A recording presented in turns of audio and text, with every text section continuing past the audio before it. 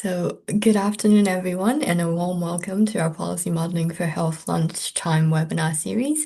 I'm Dr. Nora So, the Program Manager for Policy Modeling for Health, based within Public Health at the University of Glasgow. Policy Modeling for Health is funded by the UK Research and Innovation as part of its £35 million Population Health Improvement Network. This supports innovative research aimed at tackling the wider determinants of health and reducing inequalities.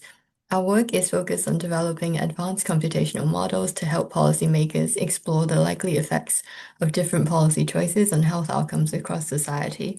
This webinar series offers insights to our activities presented by our members of our research team. Each talk is designed for a general audience, but with opportunities to ask questions, and recordings of all events are available on our website. Now, I am delighted to introduce our speaker for today, Dr. Andreas Hoehn. Andreas is a research fellow in public health at the University of Glasgow, and he is part of our synthetic population work package, developing important new data infrastructure. In today's webinar, he will be introducing our work on creating a full-scale synthetic population for the UK and the variety of exciting applications already being supported. Please feel free to submit questions anytime via the Q&A tab, and we will come to these at the end of the presentation. Andy, over to you. Thank you very much, Nora. Yes, hello, and thank you everyone for joining this lunchtime webinar. I'm Andy Hoehn, Research Fellow at the University of Glasgow, and today I would like to introduce you to a work around synthetic populations, what they are, how we create them, and what they're good for. And at the end of the presentation, there will be live Q&A, so if you have any questions, please pop them in the chat. As you can see on the slide, synthetic populations are a cornerstone of the cluster's quantitative work. And here our work ties in directly with our simulation work and our work around scenario building and evaluation, and contributes to all team efforts. But at the same time, our synthetic population works makes for a very distinct resource in itself. And this is because the data comes with a lot of utility and can support a lot of applications, as I'll show you today. And maybe there's something that you have in mind. And so there is like a standalone utility of the data products we develop. Now, at this point, I would like to give credit to our absolutely fantastic team, which has enabled this and made it happen that synthetic populations feature so prominently.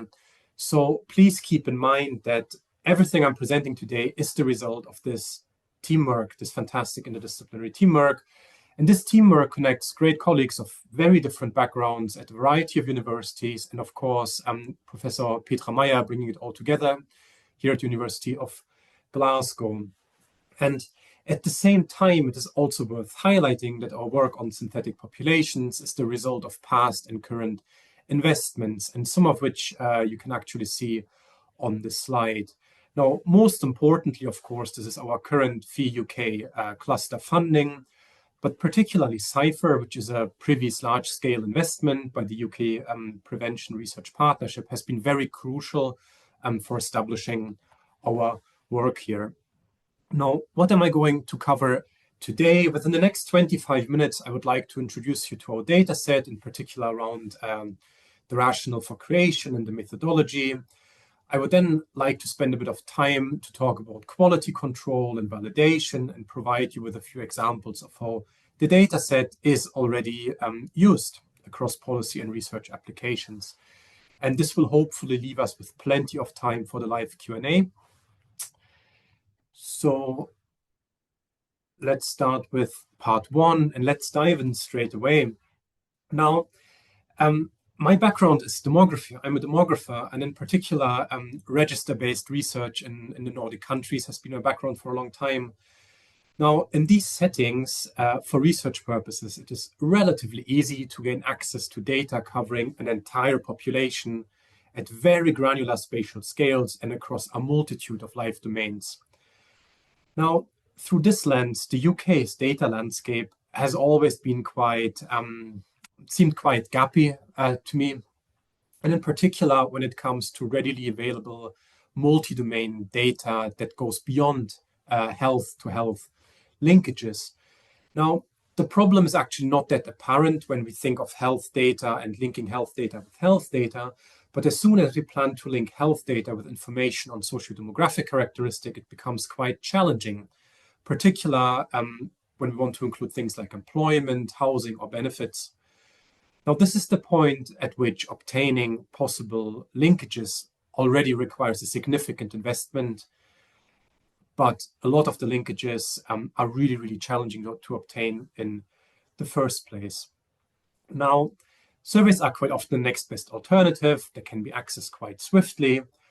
However, they tend to lack representativeness, and they don't allow for the very granular spatial resolution that we quite often need. Now, as a result of this, synthetic populations have become increasingly popular, and even within countries for which registered data exists, such as the Nordic countries, for example.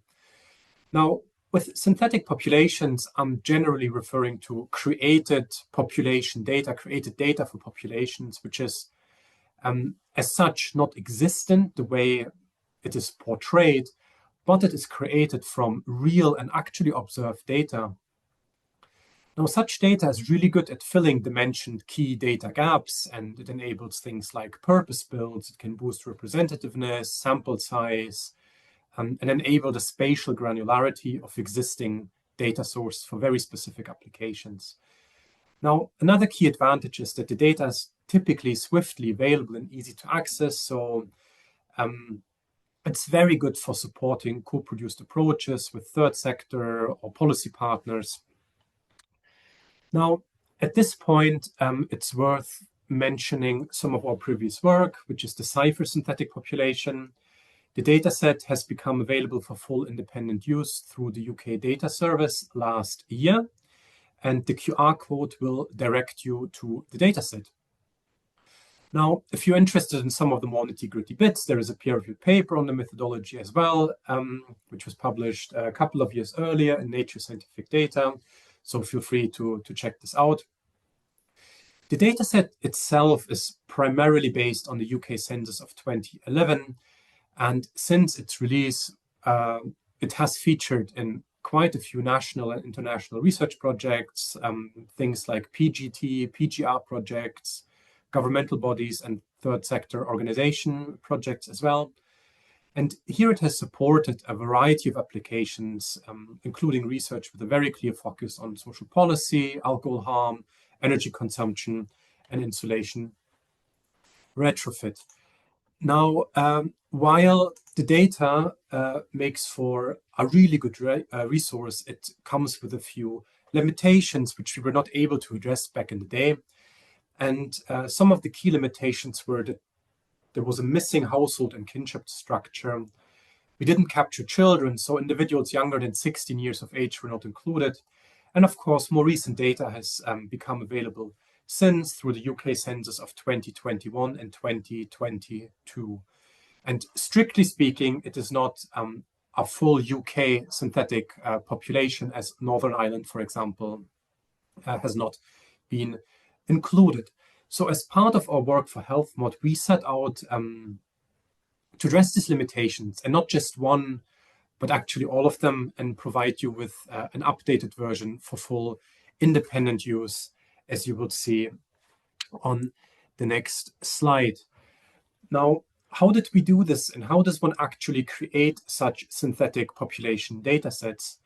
On the next slides, I will illustrate this using our synthetic population for Scotland as our demonstrator. Now, please keep in mind that we have prototypes for all UK nations, and for creating these datasets, the process follows like the very similar steps. It's very, very similar. Now, generally speaking, there are quite a few different approaches to the creation of synthetic data and also synthetic populations, and all of them have their own strengths and limitations. We work with a process called simulated annealing when it comes to our data sets, and I will talk you through what this means on the next slides as well. So let's have a look at the flow chart below, and you can think of the creation process as a kind of recipe. So think of the two blue boxes as the ingredients. So we have our survey data set, which is Understanding Society, the UK HLS, and we have census data. Now then we have Compass, our simulated annealing software is the blender. And what comes out of this once those ingredients have been through the blender is the synthetic population. Now let's have a look at the stages in a bit more detail. And let's look at ingredient number 1, which is the UK household longitudinal study, Understanding Society. Now, Understanding Society is the UK's largest, longest running multi-topic panel study with representativeness at the national level. Now, the dataset is available under a general end-user license agreement through the UK Data Service. And due to its multi-topic, multi-domain character, we can align the captured information on households and individuals to match UK census data, aiming for, as close of a overlap and match as we can across a range of different variables. And I'll also show you what this means on the next slide.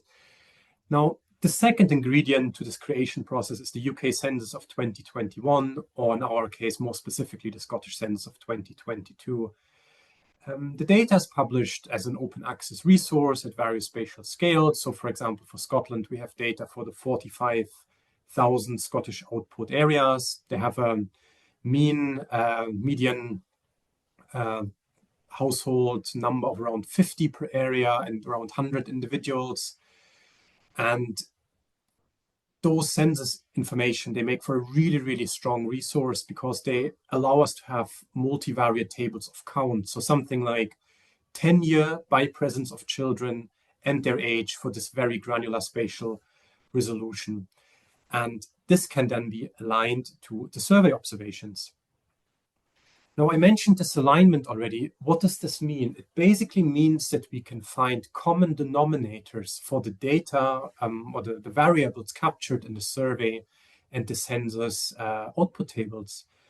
So we have quite a systematic approach to checking what is available and what is possible. So for example, for Scotland, the following domains can be captured in both survey and census data. Now, please note that these span household and individual level data. So for example, we can align household level characteristics such as urbanity, heating, household type, or the number of cars by household size. And we can align information on individual level characteristics such as age, sex, education, employment, or marital status. Now, as I already mentioned, the alignment itself is about finding a common denominator with respect to the categories covered in the two data sources. Now, what does this mean specifically? So, as you can see on the slide, for example, with respect to the household type, these are the categories that the survey and the census can agree upon. And this alignment or agreement is quite crucial, as what can be aligned and serve as a constraint can serve as a constraint when creating the data set and ensure representativeness at the aggregate level. Now, this process, in other words, this process ensures that the data is representative at the small area level with respect to the counts that we have fed into the creation process. Now, how does the creation work? So we have our ingredients aligned, and how does this creation work? And as I have previously mentioned, we're working with an approach called simulated annealing. And simulated annealing is quite a standard approach in spatial microsimulation. And it is basically a combinatorial optimization which is based on counts and which is performed for each area individually. Now, the central idea of every annealing algorithm is the following. For example, for Scotland, we know what is reported for an area based on the census data. So let's say we have 100 people and 50 households for a particular output area. Now, the algorithm draws a random sample from the survey and compares this random draw against the constraints that we previously have aligned. And of course, this very first random draw will not be perfect. And as a result of this suboptimal fit and to improve the fit, the algorithm now starts to swap out individuals and households one at a time and based on a sampling with replacement to check whether the fit has improved. Now, once the optimal fit has been achieved and we can very easily define what we consider an optimum. There are a couple of characteristics that drive the optimization. The algorithm finishes for this area and moves on to the next area. Now, important to note here is that the valuation of what is optimal is based on all constraint domains and their respective categories at the same time. So there is no hierarchy, for example, that one category is more important than another. It needs to satisfy all of the criteria. Now, this sounds quite simple, but can be computationally quite intensive. And this is because, for example, for Scotland, we have around 45,000 output areas. And most importantly, because we have a two-dimensional optimization going on as we capture individuals and households. And when we started this project, we quickly realized that this is a very major limitation of all available simulated algorithms and software packages available. Now, one solution could have been to create a one-dimensional data set that merges all the individual and household level data into like a super-dimensional data set. However, this can be quite problematic, especially for small areas and rare categories, as you end up with an incredibly long one-dimensional constraint table that captures a mix of household and individual level features. And quite often, there's actually there are not many observations for very raw combinations. Now, the major risk here is what we call like a zero-cell problem, which is of even greater concern when synthesizing the survey in a preparatory step before running the annealing. Now, let's take a step back again. So we decided to address this gap with respect to this multi-level constraining. And thanks to our fantastic colleagues at the University of Leeds, Rick Colasanti and Hugh Rice, we have now a software package which can optimize across multiple levels. And the project or the product that came out of this process is already available as a release. The product's called Compass, and we have made it available as an open access software package with the entire software's lifecycle being available via GitHub. You will find a link to the repository on the slides. Now, one disclaimer here. Please note that while this is a stable beta version, it is not officially released and peer-reviewed yet. We're working quite heavily on this just now. So please keep in mind when using it. Compass can be called directly from within R or Python, and it is super easy to operate and runs incredibly fast. So I mentioned that the process in itself is computationally intensive, but the way it has been coded up makes it actually incredibly fast. So to give you an idea, for example, on my local standard office laptop, the whole optimization for Scotland took around 2 to 3 minutes. And as it runs so fast, we can create hundreds or let's say thousands of synthetic populations really, really quickly. And this can really help us to get a sense of the uncertainty arising from the creation process to then assess the uncertainty that comes with the data in the first place. So let's keep in mind we have the small area character of the data that comes with uncertainty, and then we have uncertainty that comes from the creation process. Now let's have a look at the result. And the result of this process is what we call the synthetic population. Now the format of the data set is basically always quite similar and looks like that. So we have an area level identifier. Okay, so these are the output areas in Scotland, and we can build this up to higher level geographies, data zones, intermediate zones, local authorities. And then we have a person and a household identifier that link directly to the survey. And because they link directly to the Understanding Society response files, we can bring a lot of very detailed information in. And voila, this is our digital twin data set for Scotland. So here in the example, we capture individuals which are nested within households, their tenure, age, sex, SF12 physical health component score, and the within household kinship structure, for example. And as this is a full-scale data set, we have approximately 5.5 million rows in our data set, one for each individual present in Scotland. Now, if you would like to work with the dataset yourself and independently, you do not need to create a dataset yourself. We typically supply the first 3 columns, documentation and a bit of quality control, and then you and your team can tailor the dataset to meet your requirements and applications. For example, you define the areas you would like to focus on or the variables you need. And to help you with this process, we have already shared a few resources to set things up. Now, so also at this point, if you would like to get to know the prototypes in a bit more detail, or require some assistance input, yeah, please just let us know. We are quite a responsive team, and we do want to work with you. So this gets us to the end of the very first part, and I mentioned quality control already. So how do we know that this data set is a good representation of the population in Scotland, and why would we trust made-up data in the first place? Now, quality control is something we are very keen on, and generally speaking, there are two strands of quality control that we perform.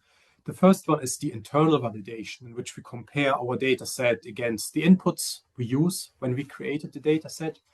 And the second one is the external validation, in which we compare our data set against external sources that were not used when creating our data set.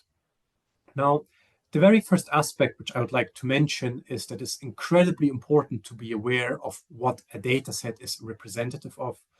And on the slide, you can see two distinct versions of our data set. Version 1 on the left side is representative for households only. Version 2 on the right side is representative for households and individuals. So we have those two separate versions of the same data set. Now, the x-axis tells us how many individuals there should be according to the census, and the y-axis tells us how many individuals there are in our data set. Ideally, we always want all points to be as closely to this 45-degree line as possible. And as you can see in the left-hand panel, that not accounting for individual level characteristics such as education, for example, really impacts the reliability of our data set. Now, in other words, a data set can be super representative for households across multiple domains. If we do not account for the individuals forming a household, we will not get a good representation of the population in the first place. Now, translated to what we can see very specifically on the slide is that our two-level constraining ensures that there are more people, for example, with a degree level in Edinburgh than in, let's say, Glasgow or Angus. Now, let's dig a little bit deeper into this education example. And what I've shown are results for local authorities. Now, how trustworthy is the data when we go to lower resolutions? And you might remember that I mentioned when we've created our data set, we did this based on the 45,000 output areas in Scotland. Now, let's really zoom in and see what we get. And what you can see on this slide is the same information at two distinct spatial resolutions. So the left-hand plot is, again, it's the exact same plot I actually had on the slide before. So we have educational groups and their relative frequency across different local authorities. And on the right-hand side, we have this disaggregated for the output areas. And as you can see, also for the output area level, there is a pretty good fit here, as all the points gather quite similarly and equally around the 45-degree line. And the deviation from the line is also quite uniform. Now, let's drill even further into this and have a look at an actual city and neighborhoods we know pretty well. Now, what you can see here is, again, the same information portrayed in a slightly different way. On the left-hand side is the plot we saw on the previous slide, the percentage of individual education or the groups of education for the 45,000 output areas. And on the right-hand side is a map of Glasgow and its output areas. And what we see is the deviation in the number of people with a particular degree level.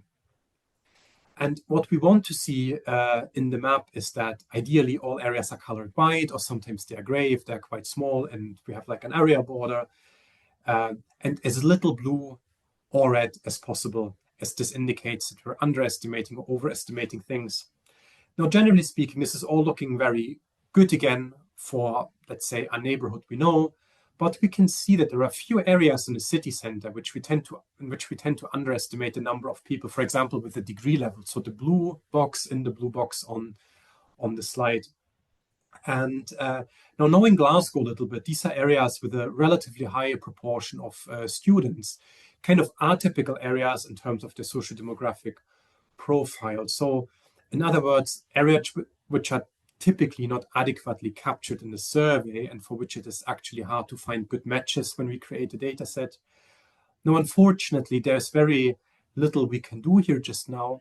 However, it indicates some of the terms and conditions that apply when using our data set. And this makes for a very nice transition into the sphere of external validation. Now, external validation is quite important as we need to have confidence that the data set is a good representation of the population we want to represent beyond the constraints we have used. And the background for this is that a lot of applications where the data set can and will be used will go beyond the constraints captured. And there can be quite a strong focus on characteristics which we did not incorporate when we created the data set. Now, for Scotland, one of the very classic key benchmarks is how close can we get to the SIMD? And what you can see on the slide is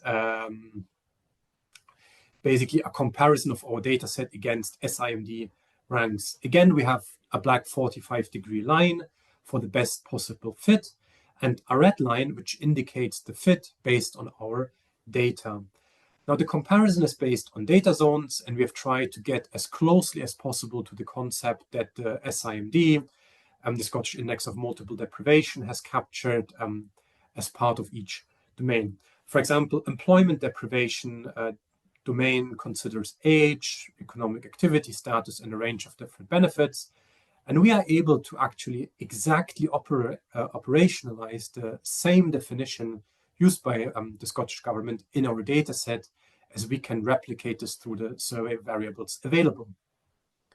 And as you can see, for employment deprivation, as well as other key domains of the Scottish Index of Multiple Deprivation, we have a very good match here when it comes to ranks. Now, I assume a lot of us on the call will be familiar with deprivation indices, maybe even the SIMD very specifically. And you might ask yourself now, okay, ranks are easy. You can replicate a rank and completely misspecify the absolute values underneath. Now, what about actual absolute numbers, rates, and so on? And then some further external checks, just to give you an idea.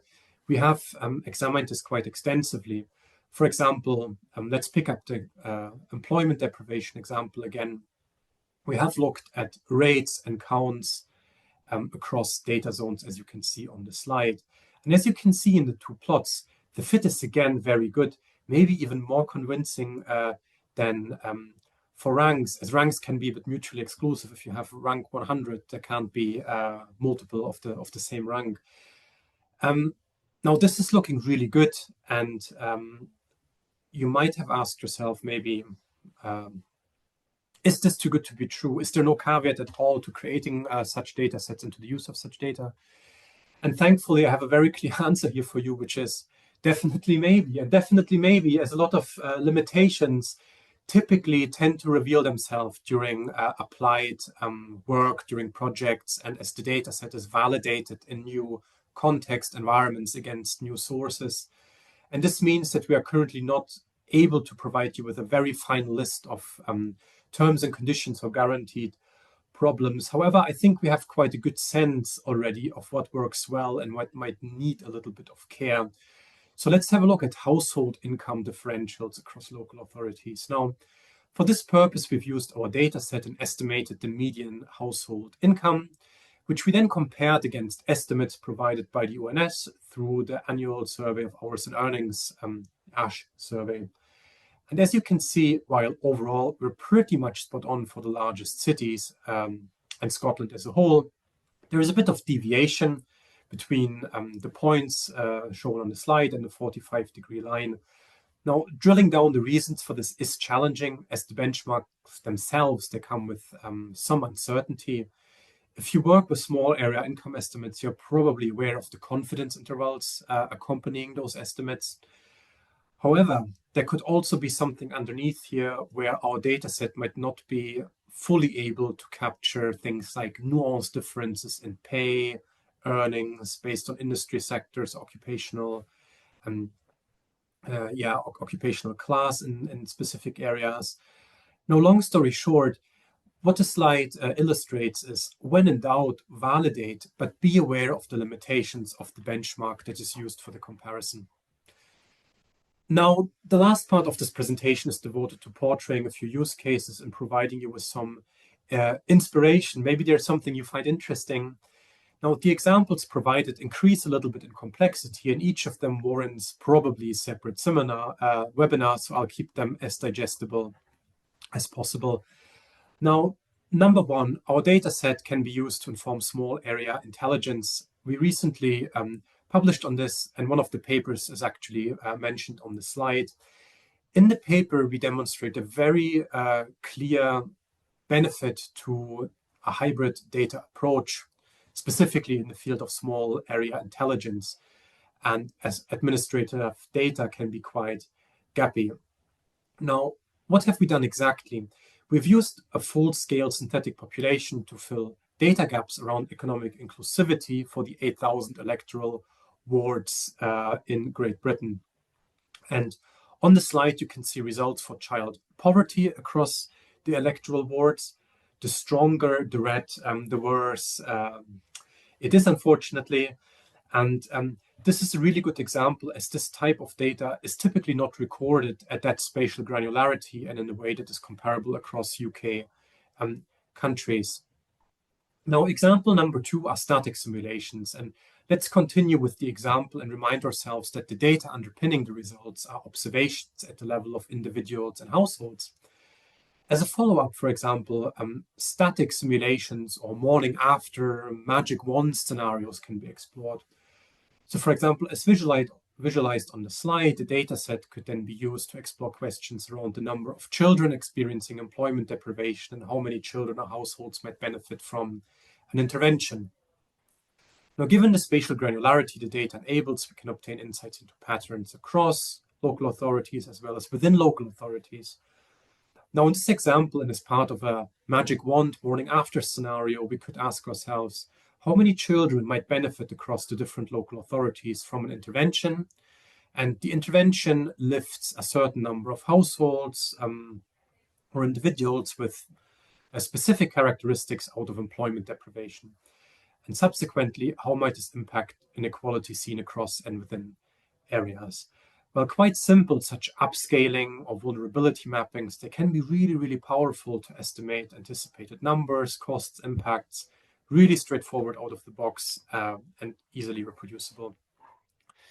Now, if this is still too simple for you and you require more insights on dynamics over time, feedback loops, causal pathways, let's look at number three. Our dataset can be used as an alternative and spatially explicit input to microsimulations. And a good example here is SimPaths, which is a microsimulation model developed by our colleagues in Essex, which also features heavily in our cluster's work. My colleague Corinna Elsenbroich has previously delivered a lunchtime webinar on microsimulation, talked a little bit about the model, so check it out in case you missed it. It's fabulous. Now, in microsimulations such as SimPaths, our dataset can substitute the population which is projected forward in time, for example, to have spatially explicit simulation inputs and outputs. Now, we're currently working on an integration of the two. And having said that, there are actually a few microsimulation models out there that use understanding society and where this might be an option. Now, if this is still not complex enough, let's look at application number 4, which is spatially explicit, basically geospatial simulation models such as ABMs, for example. Now, this example is very strong as it demonstrates two things very clearly. Number one, that the data set has a utility and a place past the lifetime of our cluster's core funded period, and that there are loads of applications that can benefit from the data source. And number two, as it demonstrates the ability to link our data set with other data sets. For example, the project that you can see on the slide, which is currently funded by the National Institute for Health and Care Research, we're looking into the potential health and inequality impacts arising from the Scottish 20-minute neighbourhood intervention. And as part of this, we're building a spatially explicit simulation model of Glasgow, which you can see visualized on the slide. So for this, we populate residential buildings with synthetic people and households. So there's a layer that's green underneath, and where we have basically put synthetic people into dwellings, residential buildings. And then we added information on amenities such as roads, schools, libraries, bus stops, nurseries in red. We overlay it. And then we explore, for example, the needs people have, how they're met locally or not, as well as how things change as neighborhoods might see redevelopment. And this gets me to the end of the presentation. Thank you very much.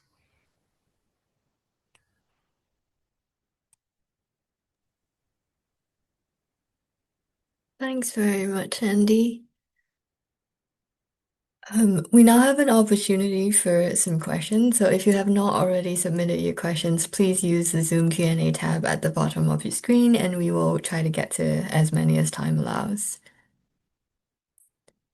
So the first question, Andy, we do have questions coming in. So the first question is, based on the example use cases that you've shown, does this mean that there is scope to link this data set reliably with other sources?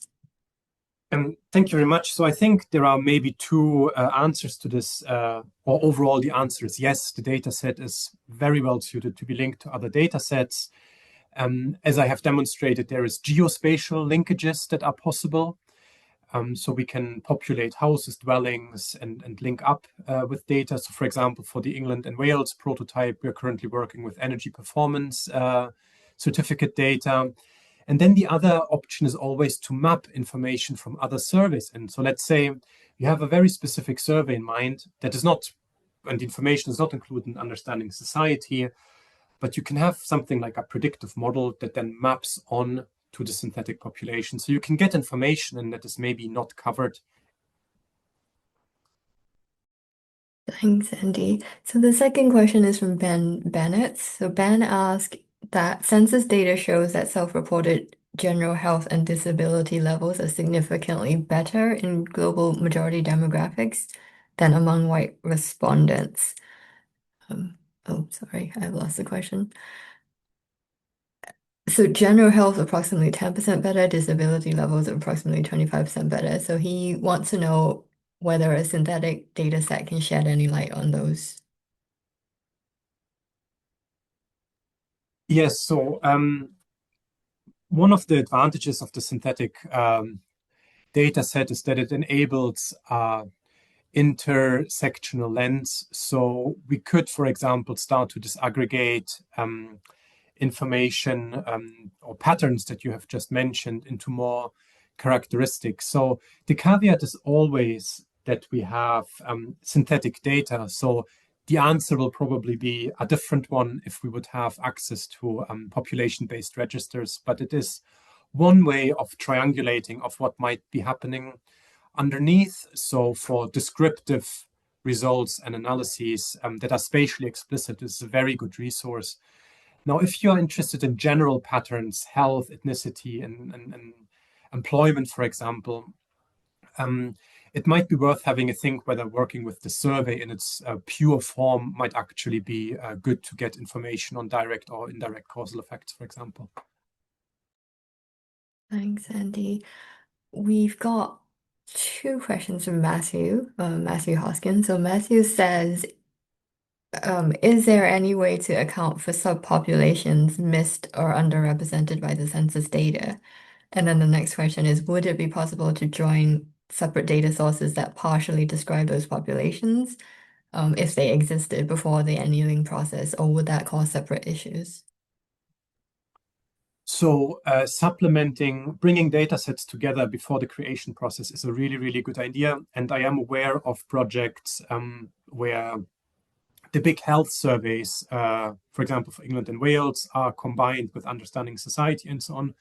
So this is a really, really good idea as we have a larger pool of individuals to sample from and as they address some of the limitations that the data sets have. Now, the problem with incorporating underrepresented populations is difficult because we need to parameterize, we always need to parameterize either the creation process or the survey from which we sample. So I think that one of the best ways to potentially address underrepresentation is by bringing more data in and maybe start using stages of, for example, synthesizing surveys before they feed into the annealing process. It gets quite technical, but the problem even with more advanced machine learning approaches is that what is not available in the data, you will not be available to kind of portray otherwise. So it is, yeah, there are definitely white spots on the map. Yeah. Thanks, Andy. The next question is it the case that any variable in understanding society is represented in the da synthetic data set? And are you aware of work that has used the synthetic data set to explore disability or levels of limitation with activities of daily living? So, quick answer, just cautious of time. If it's an understanding society as part of wave N, which we have used, or a previous wave, if you roll the information forward, um, it is possible to get it in.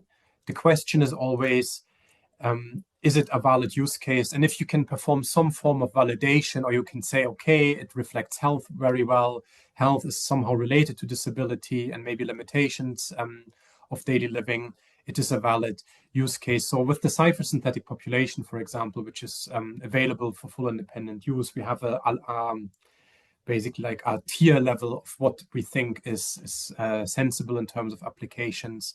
And I think that applications, particularly around small area health, are very, very well suited, as we have good representations of small area health. And so the last question is, can such data sets ever replace register-based sources?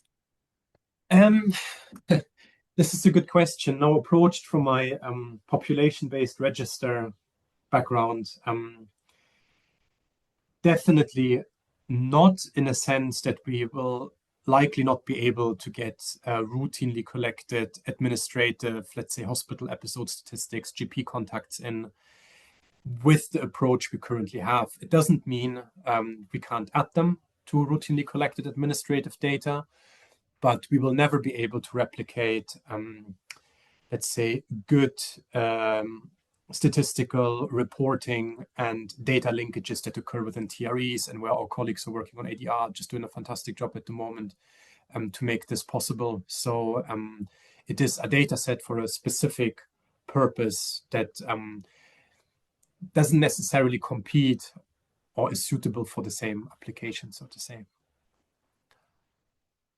Thanks very much, Andy. So I'm gonna wrap us up. So thank you for joining us today for our webinar and for all your questions. A full recording will be available on the Policy Modeling for Health website next week. So please share it with colleagues who were unable to join us today.